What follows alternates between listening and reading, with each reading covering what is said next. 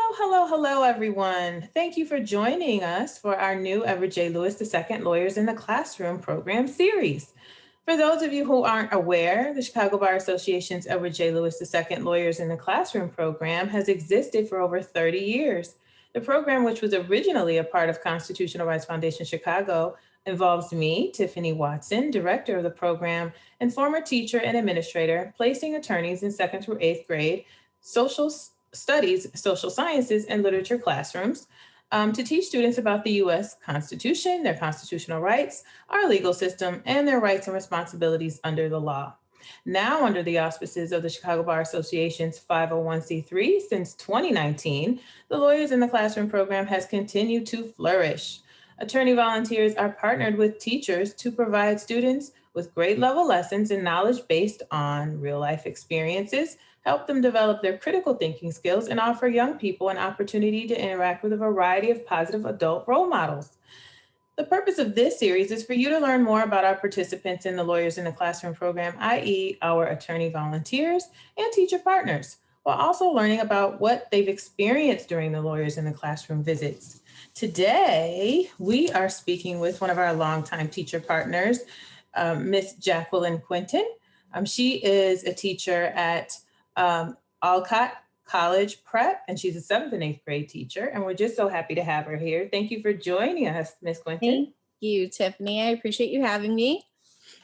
Absolutely. So just to get things started, what made you decide to be a part of the Lawyers in the Classroom program? So it was brought to me by another colleague. I think we randomly found a book that said Lawyers in the Classroom in one of our rooms, and it was just something left by another teacher. And I was previously at Lork Elementary, another CPS school, a different demographic than I am working with at Alcott College Prep. This was more in a neighborhood that I grew up in. So primarily Latino students, highly low income. But what we saw was an opportunity for us to kind of gain some exposure for the kids, but not only to different job possibilities, but different adults, understanding their legal rights and responsibilities. I think that a lot of them didn't understand their own rights as a person. We had a lot of students who were sons and daughters or children of immigrants. And so looking at that from that, we knew that offering up this opportunity to kind of just get this exposure was really important, and it seemed like a valuable opportunity for us. Excellent. That's an excellent reason to offer and be a part of the Lawyers in the Classroom program. So having been a part of the program for the length of time that you have, and you mentioned you brought it from Lorica to Alcott, and we're still at both schools. What do you believe are the benefits of the Lawyers in the Classroom program for you and your students? So what I noticed too is that now, even looking at the different demographic that I'm working with, getting to know and to speak with adult professionals, I think not only do students and children kind of carry themselves a little bit differently, but they also get a chance to speak to adults and learn to speak to adults and learn to kind of join themselves into that adult world. Mm-hmm. Obviously, the law is kind of outside of my expertise. My level of understanding of it is pretty basic as far as their civic, duties and things like that. So teaching civics and social science, I really only give them that umbrella of information. So that opportunity to have someone who's an expert in that field answer any and every question that they have, or even present ideas or cases and experiences that they have had, was just super awesome. Although we have civics classes, although we have our social science classes, and we try and focus on a lot of these things, to have someone who is an expert in the field to kind of add on to that was super helpful for, I think, all of our students. Mm-hmm. Excellent. And then you've seen the impact on the students, I'm sure, having been at both schools, how the students demonstrated what they've learned from the lessons in discussions or in classroom activities. So what's great is that CPS is finally lending itself to, for example, like in eighth grade, they're mandating a first semester civics course for all of our eighth graders to pass. Mhm. And those lawyers in the classroom lessons lend themselves directly to what we're discussing in those units. So it literally is just the stuff that we're talking about in class, but instead they're going, hey, we talked about that with Mr. So and so or Miss So and so. So it's kind of nice to see those concrete examples being used in not only the stuff that we're teaching, but then they also, too, like for seventh grade, we're doing early American history. And they're able to kind of tie that back into like, hey, wait a minute, that's not what it's like now because we saw this. And then look at what it was before. So just that connection, the connections they're making between like the actual content I'm teaching and then the experiences or conversations that they're having in lawyers in the classroom. Excellent, excellent, excellent.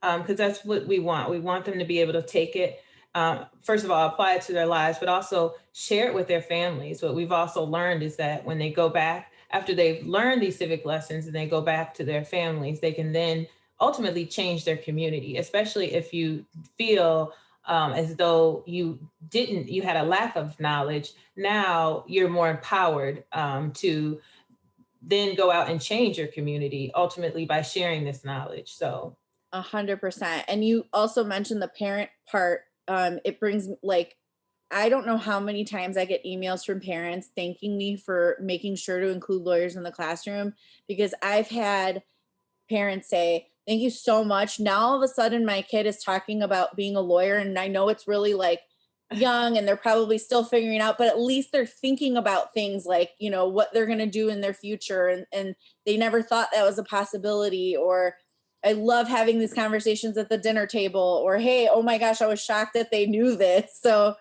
you know, these kids are going home and talking to their families about this. that is And so parents excellent. have definitely reached out to let me know. That is excellent. Great news.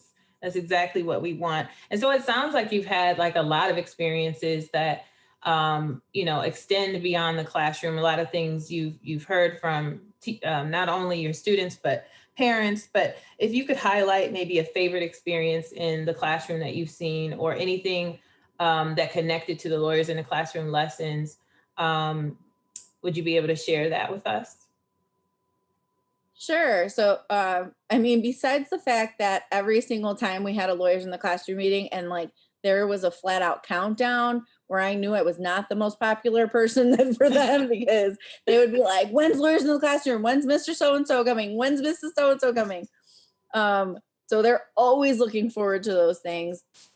What I did like to see was the relationships that they were building with the lawyers because you're getting this same lawyer who's coming in. They're building this relationship, lawyer or lawyer. So there were some teams in there. Sure. And you also, too, virtually kind of got to see a little bit into their lives. So knowing that they were, you know, just regular people like us and dealing with this new virtual world, but like, you know, when a cat runs across the screen or like, this is my dog and like, that Great. kind of stuff happens just to kind of like build these personal relationships because I think that that's when students are going, especially with the limited times that we meet, they're going to build the strongest relationships the more vulnerable we are as adults to them.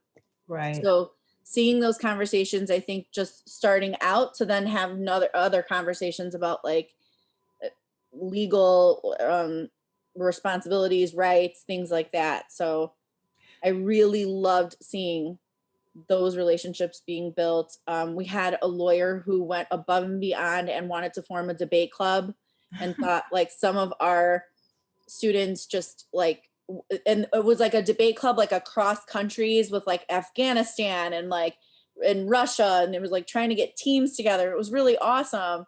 Wow. And the students felt super like empowered. They were excited because someone noticed them for their like skills. Sure. I had some lawyers point out to students like, hey, you would be a really good lawyer or you would be a really good prosecutor. And I don't think that those compliments would have happened without these relationships that are being built. That is so good. That is so, so good. Because, yes, we definitely want to encourage our young people to start thinking about legal careers. And who better than to do that with an actual legal expert in the room, but also that positive reinforcement is so important. We know as teachers, having been in the classroom myself and you still in the classroom, thankfully, we know how positive reinforcement works. So that is just really awesome. I'm so happy to hear that. And I'm just so glad that you were able to join us today, Ms. Quinton. So thank you so much again for taking the time to meet and discuss lawyers in the classroom with me. Thank you so much for having me.